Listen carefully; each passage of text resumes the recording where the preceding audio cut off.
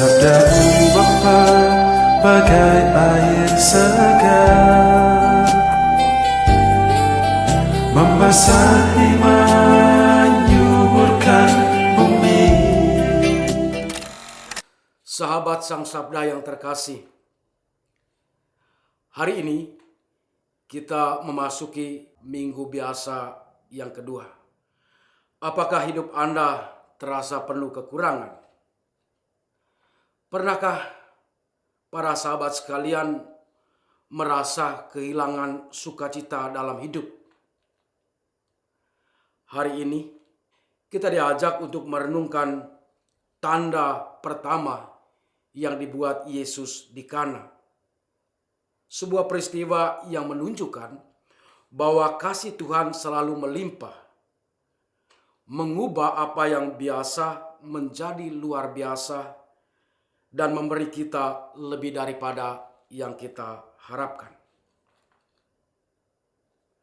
Kita diundang untuk sejenak ke Kana, melihat peristiwa penting yang dilakukan Yesus pada awal karya publiknya menurut Injil Yohanes, yaitu di pernikahan atau perkawinan di Kana, Yesus mengubah air menjadi anggur. Peristiwa perkawinan yang semula adalah peristiwa penuh sukacita, penuh kegembiraan, terancam bubar, terancam hilang karena persediaan anggur hampir habis. Ini bukan hanya pesta yang bubar, tetapi menjadi aib bagi tuan pesta, menjadi sesuatu yang memalukan secara manusiawi dalam konteks budaya pada zaman itu.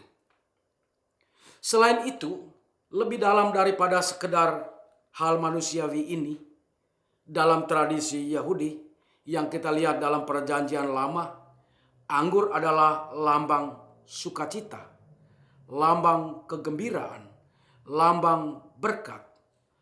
Maka lebih daripada soal rasa malu atau membongkar aib tuan rumah, kehabisan anggur lebih dalam berarti kehabisan sukacita, kehilangan sukacita, atau merupakan tanda kehilangan berkat Tuhan. Inilah masalah pokok yang menjadi penting dalam peristiwa perkawinan di Kana. Namun perkawinan di Kana yang awalnya hanya sebagai peristiwa sosial biasa, tiba-tiba menjadi sebuah panggung di mana kasih dan kuasa Tuhan dinyatakan. Kita tahu bahwa ketika anggur habis dan para tuan rumah tidak tahu apa yang harus dilakukan, Yesus dengan penuh perhatian dan kasih mengubah air yang ada dalam tempayan penyucian menjadi anggur, dan anggur yang terbaik. Dalam setiap tetes anggur yang melimpah itu, kita merasakan kehadiran Tuhan yang tak terbatas dan penuh kemurahan hati. Air yang biasa digunakan untuk penyucian ritual mengandung makna yang mendalam. Dalam tradisi Yahudi, air itu melambangkan hukum dan peraturan yang bertujuan untuk menjaga kekudusan. Namun, ketika Yesus mengubah air menjadi anggur, Dia mengenapi janji Allah untuk menghadirkan sesuatu yang baru, sesuatu yang lebih indah dan penuh sukacita. Anggur yang dalam budaya Yahudi melambangkan berkat dan sukacita, kini menjadi simbol dari anugerah yang melimpah yang dibawa oleh Yesus. Dengan kedatangannya, kita diajak untuk hidup dalam kelimpahan kasih dan pengampunan melebihi segala ukuran manusia. Ini bukan sekedar kisah tentang perubahan air menjadi anggur. Lebih daripada itu, ini adalah kisah tentang kelimpahan kasih Tuhan sebuah tanda dari kerajaan Allah yang datang untuk membawa transformasi dalam hidup kita dan dalam dunia. Sahabat Sang Sabda terkasih, mujizat ini mengajarkan kita bahwa hidup dalam Kristus adalah hidup yang tidak terbatas, penuh dengan kelimpahan dan melampaui kebutuhan kita yang paling mendalam. Seperti terlihat dalam pesta perkawinan di Kana, Yesus bukan hanya memenuhi kebutuhan fisik mereka, tetapi memberi mereka lebih, anggur yang terbaik, melebihi apa yang mereka harapkan. Ini adalah bukti kasih Tuhan yang tidak hanya memenuhi kebutuhan kita, tetapi juga memberi kita lebih daripada yang kita perlukan dan lebih daripada yang kita bayangkan. Yesus datang bukan hanya untuk memenuhi kebutuhan duniawi, tetapi untuk membawa kehidupan baru.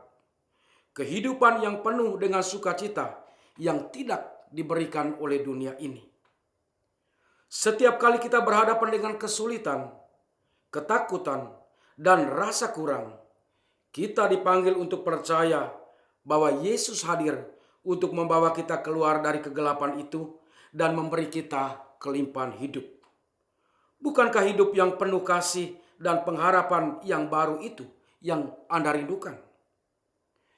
Peristiwa di Kana membawa kita pada refleksi tentang Bunda Maria yang dengan iman yang teguh mengarahkan para pelayan untuk melakukan apa yang diperintahkan Yesus. Bunda Maria yang disebut ibunya dalam Injil Yohanes tampil di sini untuk pertama kali. Dan kita tahu dalam Injil di Yohanes dia hanya tampil 2 kali. Pada peristiwa di Kana, pada awal pelayanan publik Yesus, dan kemudian di kaki salib di akhir pelayanan publik Yesus di dunia ini. Maria yang penuh perhatian dengan kebutuhan umatnya mengajarkan kita untuk mendekatkan diri kepada Yesus dalam segala situasi dan untuk percaya sepenuhnya pada kuasa kasih.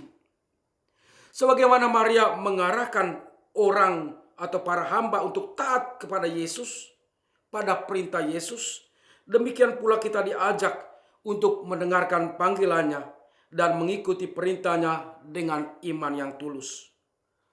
Bunda Maria adalah teladan bagi kita dalam percaya dan kepasrahan total kepada Tuhan, karena dia tahu bahwa Tuhan selalu yang terbaik untuk kita.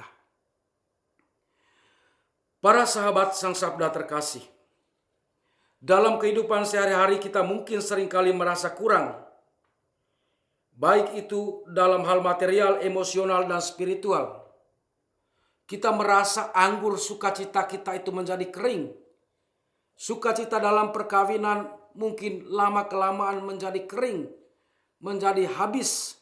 Sukacita dalam hidup rohani, dalam hidup berkeluarga, dalam pekerjaan, dalam pelayanan kita kepada gereja, mungkin lama-lama kita merasa kita tidak menemukan sukacita. Kita seolah-olah kehabisan anggur. Namun melalui mujizat ini Yesus mengingatkan kita bahwa Dia adalah sumber kelimpahan yang tak terbatas. Kehadirannya membawa sukacita, memberi hidup yang indah dan bermakna. Mujizat di Kana tidak hanya mengajarkan kita tentang kekuatan Yesus, tetapi juga tentang betapa dalamnya kasih-Nya kepada kita. Maka saudara-saudari terkasih, marilah kita menerima kelimpahan kasih Tuhan dan sukacita yang Yesus tawarkan. Kita tidak hanya dipanggil untuk menerima berkat-Nya, tetapi juga untuk membagikan berkat itu kepada orang lain. Seperti anggur yang terbaik yang diberikan Yesus, kita diajak untuk menjadi saluran kasih yang melimpah bagi sesama, untuk membawa sukacita dan kebaikan kepada dunia yang seringkali penuh dengan kesulitan, penderitaan, dan pertikaian.